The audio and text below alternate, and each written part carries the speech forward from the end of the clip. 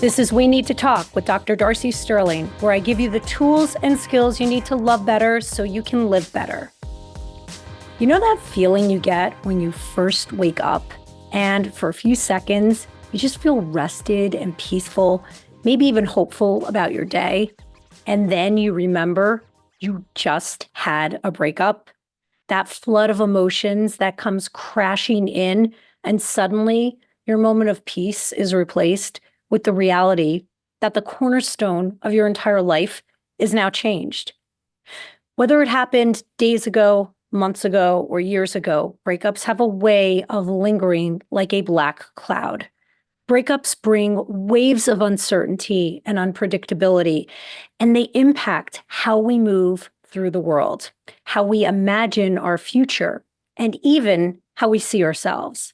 I have often fantasized that there should be a place where you can go to for a week to heal from the devastating loss of a breakup. A place where people are trained to understand what you're going through, what you need. Because let's face it, most of us don't know what we need in those moments. But what if someone did? Today's guest specializes in guiding people through the healing process after a breakup.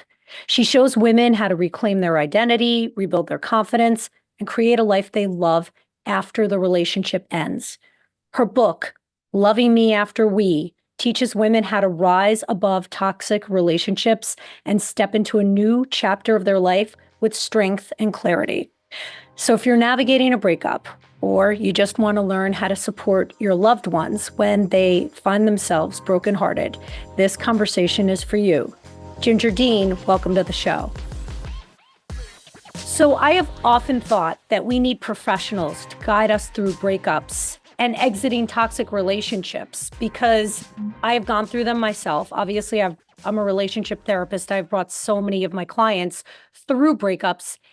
And whether I'm guiding a client through it or I'm managing it of a loved one in my personal life, I feel like we never quite know how to walk someone through a breakup. And I often feel like there should be a special place where we can send people for a week so that they can, with people who intuitively know how to help them heal from breakups and exiting very unhealthy relationships. So I'm just curious, what inspired you to choose this specialty? Because I didn't really know anyone specialized in this. So I used to work with kids, right? Then jumping over to adults. And one of the things I learned after working with, because of course you get grounded in a lot of attachment theory. And then as adults, you start to realize, okay, so how these kids started, I'm now dealing with the adult version of them 20, 30 years later. In terms of breakups and toxic relationships, then I started to see like what we of course call the working well, the worried well, right? And they would have some of the same issues as the parents of the kids who went through breakups, who were, kids of like broken homes themselves.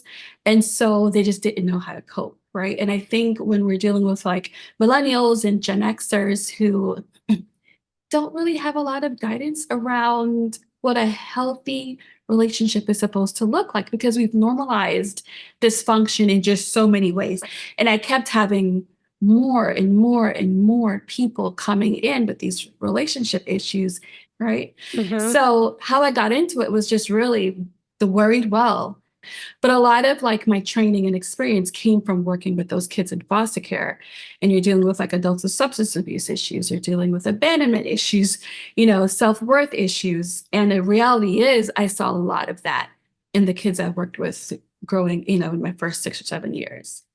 So you realize that there's actually a continuum, as you said. The kids that you were working with that were kids, you then skipped ahead to seeing what they wind up being when they're young adults. And the common denominator is a lot of the needs that they didn't get in childhood then get played out, or a lot of like the templates, the relationship templates, the frames of reference for like how to be in a relationship when you're not taught appropriate relationship skills as a child, you then play that out in your adult relationships.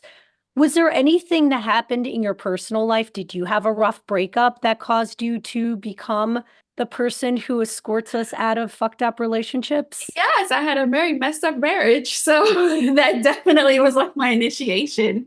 Right. And so I'm sorry to hear that. Thank you. It was a physically and emotionally abusive relationship, right? Jesus. And so being a therapist who was seeing another therapist, and I was just so desperate for help. And after everything happened, I told her, and she's like, why didn't you tell? And I was just like, because I just didn't want you all to see. And I wrote about this in my book, which is I didn't want you to see this really strong person who was trying to fix her marriage as being beat down. And so for me, it was a marriage that was just, it was abusive. There was a lot of manipulation involved and just a lot of secrecy. I wanted to keep things under wraps, but it got to a point where some things spilled out into the public and we couldn't really say, oh, we're fine, everything's good anymore with like, tears and blood. And you're just like, Yeah. okay, yeah, everyone knows now. And so now I just have to call it, which is you can't unring the bell at that point, right? Yeah. But she she called me one day and she said, I'm just going to let you know, this person's a narcissist. And unless you are planning to give up your entire career, Jesus. you're going to be at home with kids and have no way to leave or move around. That's what's going to happen here. I was so pissed when she told me that. I was so angry. I didn't speak to her. I was just like, I'm done. I'm done with this. Like, why would she tell me this? But she was absolutely right. And ultimately, what happened is, so I'm an LPC. So for example, we took licensed professional counselor. Counselor, yes. Yeah. So we took a assessments class, right? And so we were given where they teach us in graduate school how to administer assessments to new clients. Exactly. And so we were given the PAI, which is a personality assessment inventory, and the MMPI, and just some other, I want to say like the MSC, and we had to like practice giving it to different people, right? So again, I don't know what's going to happen. She's like, okay, so take these home and just choose who you're going to give it to, but be careful. Unless you want to know certain things or don't want to know certain things, don't give this to certain people. That was a good trigger warning. Right. So gave it to him, brought it back. She did the scoring and everything. She brought it back a couple of weeks later. And she said, who is this person? Jesus, you're not supposed to ask that, first of all, as a professor. If you're telling your students that they should take an assessment, an evidence-based assessment tool and administer it on a friend or a family member, you then don't ask who the person was who completed it. You just tell the student what the score was. What was the scary answer? She pulled me aside and she said, who is this person? I said, it's my husband. And she goes, oh God. Oh, okay. I want you to read the results portion carefully.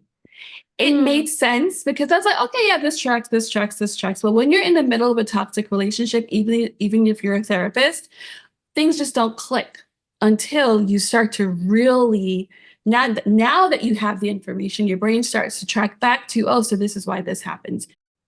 I'm curious, did that really solidify in you a desire to carve out this specialty and help other women to identify when they're in the throes of a toxic relationship? Like, was that the catalyst for you then wanting people to understand the warning signs sooner? A few years down the line, right? Like I had all the basic training and experience around it. It was really for like what I'm doing right now, formalizing it into a program. And so after I got done with like therapy with my first therapist around this, it was just like light bulbs going off. And so when people started to come in with similar issues, I was like, oh, wow, why aren't we talking more about codependency? Why aren't we talking more about how childhood trauma shapes so much of how we show up in relationships? Because one of the things I always tell the ladies that follow me is I was hell on wheels too, right, in that relationship. I wasn't innocent. And I also say this, I am not saying that I deserved any of what happened. I did not. What I'm also saying is that I had my role, which is when things happened, I continued to stay. And yes, we know about trauma bonding and things like that, right? But I had my role in that because of my own history. I wasn't able to say, oh, this isn't normal, you need to leave. It was, right. Oh, how can I hide what's really happening? Because no one will actually believe me and that's what happened. Like people didn't believe me. And so I was just like, okay, we just have to hide this and keep moving because apparently this is normal. And a lot of people don't tell you anything about how those kinds of marriages operate until you're married. Because that was when the wives and the family would say things like, well, it happens. And I was just Wow. like, wow. It So does. And we help women out of those relationships. exactly, exactly. So in thinking about my own experiences, it definitely influenced it because it was like, I think it hits a little differently when you have your own firsthand experience in this kind of relationship because you can really put yourself in that person's shoes, especially when it comes to the judgmental part where people will say, well, why didn't she leave? Right. Well, we know that for some people it's just not as easy as picking up to leave, whether financially, logistically, like there's so many People don't consequences. people don't even leave unhappy relationships where they're both solvent, where they're both financially independent. People, Right. the longer we are in relationships, the more amount of time we are together, the less likely we are to break up, the more entrenched our entire lives Yeah. are in each other. So Right. that makes a lot of sense. Breakups are universally challenging, no matter how long the relationship lasted or how it ended. What do you think makes breakups so uniquely painful and difficult for us to navigate? I think, like you mentioned earlier, the time spent. And then I think also when you're dealing with dysfunctional relationships, and I think to a certain extent we all deal with dysfunction just to varying degrees. I think from my context, a lot of us are unconsciously seeing this person as a way to close the loop on our unfinished business. And so From we'll childhood? say from childhood, right? And so if we have a dad who left us, for example, which is a lot of the women in my audience, or a dad who just wasn't there. Maybe he was there, but he was just emotionally absent, whatever it is.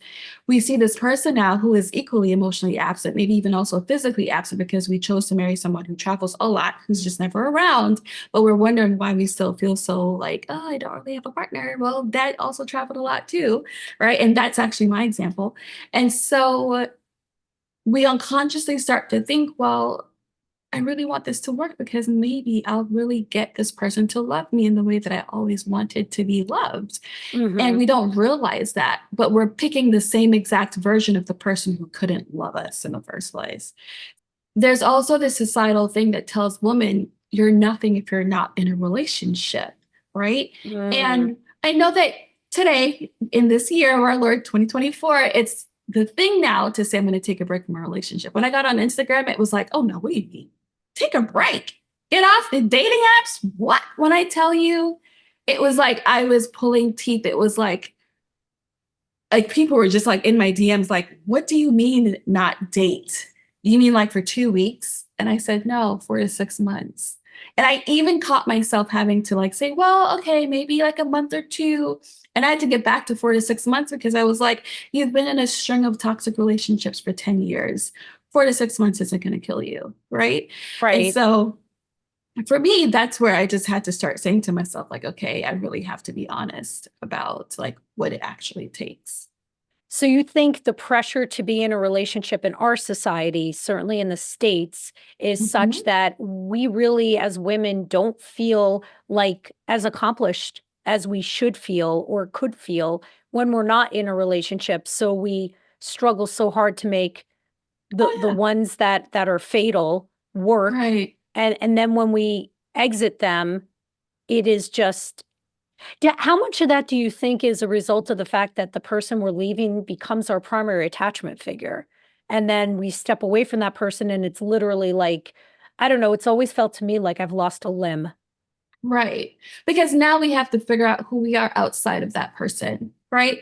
If I have never ever visited who I am supposed to be outside of another person, because really, as women, when we were growing up, who was really telling us you are fine just as you are? When we're checking out at the grocery aisle, Cosmopolitan is telling us how we can, you know, dance on him at nighttime in order to make him stay, or the things that we can do to ourselves cosmetically in order to look prettier, right? We're never really told who you are as you are is just fine. And so yes, in addition to the attachment stuff, I think it's also the conditioning that Well, you are nothing if you're not a mother, if you're not married, or you're not in a relationship, right? It's just you're in a relationship or you're a mother, and that's it. But if you're not, then it's like, who are you? What are you supposed to be? You're failed in some kind of way. We never really celebrate women who leave abusive relationships and find themselves, right? It's always like, oh, I'm so sorry. And for me, it's like, if I'm, I mean, I definitely have had clients like for 5 years who are just in these relationships. And when they finally come in and say, okay, I'm done, I left, they'll like Mhm. disappear for like a month and then come back in and, yeah, I'm done. I left. I did it. I just needed to just go in beast mode and just do it. And they do it. And I'd be like celebrating them because for so long they were trying to rationalize staying in the relationship, saying, well, no, if I leave this, if I leave that. And it got to a point where it's like, am I happy? But I'm staying, but am I happy? And they would leave. And miraculously, I'm not even being funny here. I've had patients who are like in their 20s and 30s coming in with really weird elements that for their age, not supposed to be happening. So when we hear in the news and they say that, people in their 20s are getting colorectal cancer at higher rates and alarmingly higher rates today, I believe them because I would see this because I worked in an outpatient setting that was connected to a hospital. We would get referrals from like all kinds of departments. And Mhm. maybe you've worked in like a system where you have access to all of their charts. So if you're a GYN, and this would happen, for example, if you keep on getting certain infections, a GYN would make a referral then and say to me, please talk to this person about like what's actually happening here because these infections are just not popping up, they're being given to them, right? And so having to have those really hard conversations, right? And not really them not wanting to like leave because they're just like, but this is my entire world. Like, what would life look like? But then you're like, the stress, right? Why do you think people struggle so much with their identity after a breakup? And what makes it so hard to rebuild? Because we put so much into merging with them. Like we make their likes and dislikes our likes and dislikes. A common thing is, who am I now? Like, who am I supposed to be now that I'm not someone's wife, someone's, step parent maybe? Or Mm, it's hard because I think we merge so much. You know how they say, like, when you get married, you're seen as one person, right? You're a unit. I think we literally take that to mean there is no individual you anymore. It's just this unit. So when this person is no longer there, you're like, well, who am I? Like, who am I supposed to be? And I just think that it's so important for us to maintain our sense of individuality, even if we're married. Like, we can operate as a unit, but I am still the person that I was born as. You know what I mean? And so yes. I think that's part of it. Yeah. We Need to Talk is sponsored by Mindful Care. You might remember my friend, Dr. Tamir Aldad, from a few episodes back. He just texted to let me know that Mindful Care is now accepting new patients. We all know how hard it is to find an in network psychiatrist without a long wait list, but Mindful Care can see you same or next day for medication management, recovery, and group therapy. No wait. And they take Medicaid, Medicare, and commercial insurance. Visit mindfulcare.com or text or call 516 505 7200 to book your appointment today. People repeat relationship patterns without realizing it, as you alluded to. What are some early signs that someone might be caught in a destructive pattern in their relationship? I think that, for example, something I typically say is look at your last 3 to 5 relationships and what are like 3 common threads in those relationships. Are you dating people who ghost you, abandon you, cheat, which tells me there's like a pattern of betrayal somewhere in the background there, right? Are you dating people who, for example, are verbally abusive and you normalize it, meaning, oh, it's okay if they call me a bitch. And it's just like, but you've had the last 3 to 5 relationships where verbal abuse was a constant and your self-esteem was in a dumps and you literally normalize the fact that you're nothing because all these people in your life have told you that you're nothing. So it would make me sit and say, well, where have you heard this before? Because in order for us to tolerate abuse and pain, there's typically a history of it in our past. Because, right, if we don't like something as human beings, we typically don't deal with it. We're just like, oh, this doesn't make me feel good. Goodbye. But our brain operates on familiarity. So, therefore, if it's a familiar thing for someone to curse me out, then disappear for 10 days, what do you think happens? In my own life, it was, Mm-hmm. and again, it's not always so, I think, lockstep, like identical, right? Right. But literally for me, my mom worked upstate and I lived in the city. When I came to live with her, we'd have arguments and then she would just go work, be away for like 5 days and then come back home on the weekends, right? And come back home on the weekends, we don't talk about anything. It's just like, hi, how are you? And we would just go back to normal, right? Mm-hmm. Grow up and date people where we have arguments. They literally, my ex-husband would just disappear and then come back when he was ready. And we are just supposed to behave like everything was fine. In my little mind, my little 20 something mind, that was normal. Because your mom was the first person you loved. She taught you how Right. to love, she taught you how to relate, she taught you how to be in a relationship where you lived with somebody. And so you linked up we with love. Sometimes after a fight, there's a lot of distance. And then when we come back together, we pick up. We're so forgiving, we don't have to repair. Right. We just pick up where we left off. But the problem with that is that we don't ever repair the wounds that we inflict on each other. But of Exactly. but of course, I hear what you're saying because I Hmm. think that like another example of that might be, and I hear this a lot from young women who had a more blatant example of troubled childhood where like let's just say their father abandoned them. Hmm. And they're like, I will never be with a man or a partner who abandons me. So they find Hmm. themselves a solid person, a solid man who's a workaholic. And at the end of the day, when you say Hmm. it's not always so identical, Yeah. an absent partner is an absent partner. And it's Exactly. scratching the same itch unconsciously. It's the Hmm. familiarity of the person I love is never quite, uh, I can't quite touch that person. It's like trying to grasp gas in my hand. Just Yes. goes through my fingers. Yes. Because even though you're not going to get like the exact replica of that caregiver or that parent, it's the experience, it's the emotional experience of them. Like my father traveled a lot for work, right? Great father, but traveled a lot.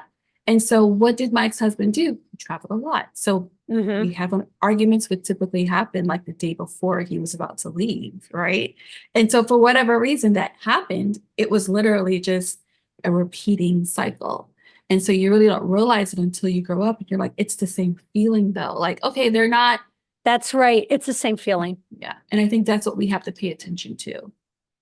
And so rather than getting distracted by all the ways in which our current partners are different from our parents or our childhood caregivers, we should ask ourselves, what about this feels the same? Even if there's no logical connection between the two, what about this feels the same? And then we can start picking up on some of these common denominators. And yeah, because and what stops us from doing that is a lot of us think that if we're doing this, then we're villainizing our parents. But we're not villainizing them. We're simply saying, hey, as with anyone in life, no one's perfect. Things happen that probably shouldn't have happened, right? It'll be hard for them to even realize, oh, yeah, I made a mistake in doing this, right? But at the same time, it's like we have to be willing to visit those scenarios. It doesn't mean that, everyone's parent was a monster. Some were.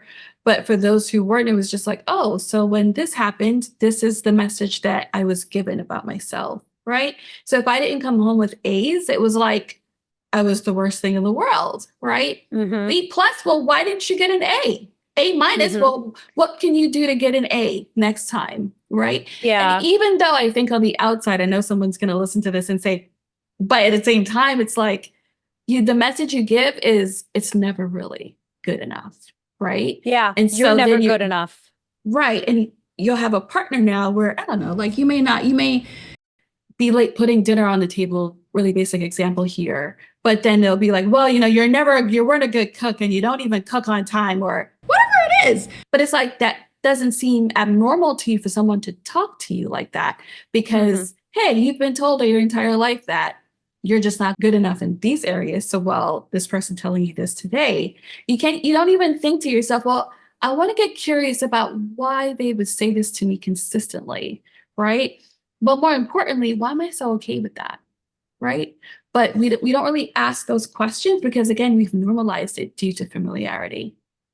We have, and we also have been in our respective closets about the problems in our relationships. We Yeah, generally don't broadcast them, right. right? Why would Like, we? right. Well, I mean, Right. but why would we broadcast them? Because ultimately, the relationships outside of our intimate relationship are protective. They're healthy Hmm. for us. And if we could escape the pressure from society to have a perfect relationship, which nobody has, Hmm. then we might be able to get feedback and intervention and support sooner than when we find Right. ourselves on our hands and knees crawling Exactly. out of a Exactly. relationship that stopped serving us 10 years ago. You know, Exactly. my experience, as I mentioned, is that Hmm. we do not intuitively know how to support each other, our friends, our colleagues when they're going through a Hmm. breakup. Our natural inclination is to say all the wrong things. What are some do's Right. and don'ts of how to show up for someone? I would say in terms of dues, I think that it's important to just be, right? I think some of us we get angry for our friends and we try to say, "Well, I told you so." Like never do the "I told you so" thing. In terms of do, I think it's okay for you to say to them, listen to them, but then say, "What do you actually need from me right now? Do you want advice? Do you want me to be a sounding board? Do you just want to vent? What do you need?" Because a lot of us get into advice giving mode, right? And we Mm, want to fix them because, in part, just our own discomfort with their pain. So we want to just say, okay, I 100%. want to fix this right now. Like, this is what we're going to do. And we get mad when they don't do it. I think it's important for us to just hold space, right? Because as a society, we just want to go and fix things because it's uncomfortable. We don't like seeing them in pain, but just simply learning to be there. So if they're depressed for the last couple of weeks, just going over and sitting with them. And maybe that looks like you're helping them clean up their place or something like that. You're Yeah. like cooking dinner for them, maybe, right? I wouldn't sit there and try to tell them, see, I knew this was going to happen, and then that doesn't help anyone. I think also criticizing their partner, criticizing them, a lot of things that we think they don't know, they know. They're just not Right. really ready to see it yet. And it's not our job to, I think, shove it in their face or try to make them see it because that's our ego, right? They don't need our egos in that moment. What they need is just our presence, really. And then when they need our support, they'll ask for it, right? And so I think those are two things that we kind of have to, that just stick out to me always. It's just someone saying to me, my friends trying to just shove in my face that they saw the red flags from the first date and it just doesn't help. And they're like, yeah, I see it too, but I just don't want to hear it right now. Right. And so friendships can fall apart because one person can just be, I think, just so forceful about, I told you so. I saw this, what's wrong with you? And I'm like, is that person really a friend in this moment? Right. But does that make sense? Like, I think it's really important for us to kind of like put our egos aside so that we can say and really embody, well, how can I help? What do you need right now? And if it's just for me to come over and sit and eat 3 tubs of Haagen-Dazs ice cream with you, we can do that. Or you want me to clean your kitchen? I can do that. Just tell me what you need. Or just intuitively going over there because it's your friend and just kind of like just helping them out with something that they would typically be doing, but you realize it's kind of like falling by the wayside. Right. I think that's great advice to just go over and spend time with your friend, and it doesn't matter if there's an activity or not, just spending Mhm. time together and trying not to fix their feelings because Right. wherever they are in the process is where they have to be. Exactly. Um, I love that. Speaking of the process, how do you Mhm. define success in moving through the healing process when you're in a breakup? How does somebody know if they're moving through it or if they're stuck? What milestones should they look for? So I think there are two different parts of a breakup for me. First is typically hermit mode for some people, right? If you've been in a long-term, messy, painful relationship, there's just this immense depression that happens afterwards where you just isolate, right? And I think with clients who are in that particular, I'm trying to make in that place in their life, I'm trying to make sure that they're not swirling the drain, meaning that they're having thoughts of self-harm, worthlessness, hopelessness, things like that, right? They may have periods in time where they're like really happy and everything's great. Okay, I'm done with this now. I'm ready to get back out there and find another monkey because they're not going to stop my show. And then tomorrow they might be like, I hate life. I'm going to be in bed for 3 days and just bed rot. And, and that's it. Right. And I think that when you're in hermit mode, I think successfully learning how to self-soothe, because at that point, your nervous system is just trying to regulate itself, right? One minute you feel fine, next minute you don't. There has to be a balance where you jump back into your window of tolerance, where you're just like, okay, I don't feel the greatest right now, but I know how to manage this. I'm going to use the tools that I have to manage this. Or I'm going to learn some tools to manage this. If I can't sleep at night, we'll talk about like a sleep hygiene, like a bedtime ritual. Yes, right. Where they just kind of like shut all the computers and the laptops and the phones off by 9 o'clock, for example, right? Maybe having some tea before bed. Just all those little things that's going to try to help ensure that you have a good night's rest. Because as we know, during your breakup, you're probably not sleeping really well, right? That's now, right. Post hermit mode healing, that's where I tend to think of like a heart sabbatical, right? You're kind of just doing I like doing the work to move through the breakup. And for me, it's boundaries, standards, core values, and deal breakers. When you think about your previous relationships, what boundaries should you have had in that relationship or those relationships you didn't have, right? Like, were they talking to you in a way that was just disrespectful? Were they threatening to leave the relationship all the time? So like doing a debrief, like doing an audit of the last, what were the red signs that I missed? Exactly. Then standards. For a lot of women, they date Peter Pan types, right? Where they become the mother. And they have a history of dating people where they have to be the mom. So now what's the standard? Where I live, you have to have a car, right? You have to have a car. For some people, they may not be the case. But for the people where you have to have a car, for example, they're like, oh, they don't have a car, it's fine. But then they resent the fact that they've had to be the person driving throughout, bussing them around, chauffeuring them around, and things like that. So what's the new standard, right? Deal breakers, dating people that ultimately they just did not like, right? Because this is not someone that they would normally date, but they like the attention. It's something to do in the meantime. And that you build up a lot of resentment, right? So if you don't want to, for example, and this comes up a lot today, but like, oh, I don't want to date someone with kids, but you're dating someone with kids, and now you're resentful because you're playing mommy, you're playing chauffeur, you're bank, you're the therapist, right? And that's a deal breaker. It's also like one of your standards, right? But you're doing it just because you're lonely.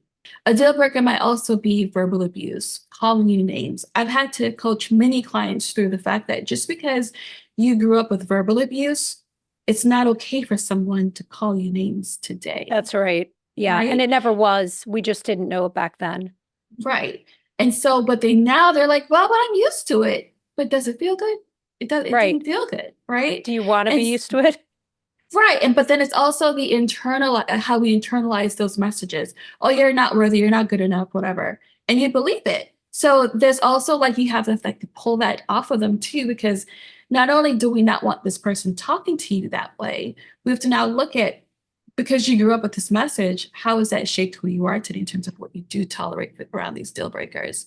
Core values, believe it or not, a lot of people don't have a core value around fidelity. In today's dating culture, there's a lot of, if they cheat, I'll just cheat back. Not that they leave, not that they question the relationship. I'll just cheat back. So there's a lot of like, oh, if they think the other person's trying, they'll go straight to you, right? So they won't think, well, because no one's teaching us this, right? Does this person value fidelity? Do they value mutual respect? Do they value the relationship being a garden that we have to tend to? Not that we let other people into it when we're unhappy to try to fix us. And so those are the 4 things that I think when we look at milestones, we have to think to ourselves in terms of my boundaries. Where are they? Standards, what are their core values? Do we have any? Because a lot of people just don't have any. They're just making it up as they go along in terms of relationships. And what are some of the things in terms of deal breakers that I really don't want to put up with in a relationship, right? Like someone calling you names, someone being physical with you. Those are just really common deal breakers. And I think people do have core values. I think that a lot of people, most of us don't know what our values are. I'm actually going to put a link in the show notes to this episode so that you guys our listeners can take an assessment tool, evidence-based, that will give them their top 5 core guiding values. And Right. that is the place from which you operate. These are the things that matter to you in life, your top 5 values. And it's really important that your everyday behaviors and interactions with the people closest to you reflect those values. When there's a misalignment in those values, it's very hard to bridge the gap. What are the most practical first steps someone can take to shift from heartbreak to building a new life after a breakup? I think some of the practical first steps is really deciding who you are post breakup. Like I always talk about this concept of like your new self concept, right? There's a version of you that existed before this relationship and during this relationship. Who do you want to be post relationship? And really thinking through who that person is be, number one. Two, how you want to show up. Three, what kinds of relationships I want to have. For example, having I think a lot of people who are in really messy relationships also have messy friendships or just painful friendships, difficult friendships. So one of the things they're forced to look at is, am I still that people pleasing friend that allows their friend to just talk to me any kind of way, or I'm always like acquiescing to because I want to keep the peace, right? Like, who am I now in my relationships? Because these breakups often show us the cracks in our lives. Like when we look at the different domains, for example, being at a job where your boss just has no boundaries. They're not supposed to be calling you at 2 o'clock in the morning, but they do. And you're afraid to say, hey, can you just keep this to 5 o'clock? Right? Like just don't call me after 5, or just don't pick up the phone after 5. Don't respond to them after 5 o'clock. Right.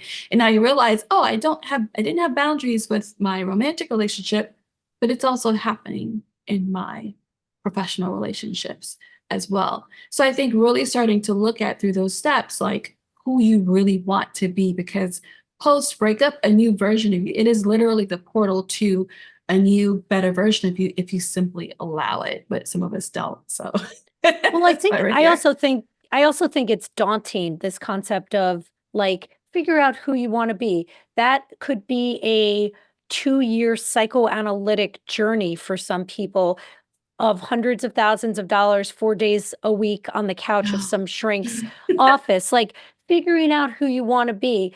It's Yes. not like people aren't trying to do that every step along the way of their life. Mhm. What is a practical first step someone can take to Mhm. discovering who they want to be?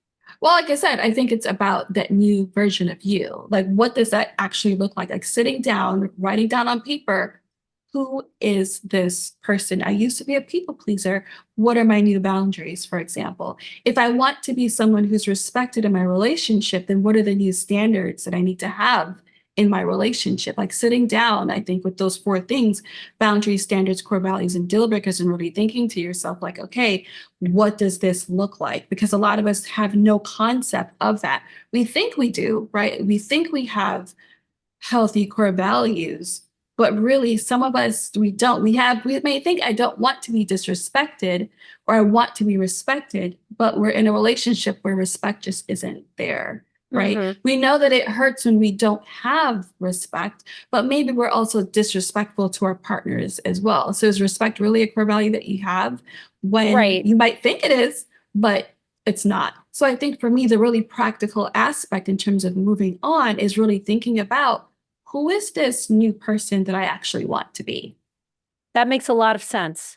And again, I suspect that it is more of a it's not a one-step process Right. to pulling yourself out of a breakup and moving towards the future.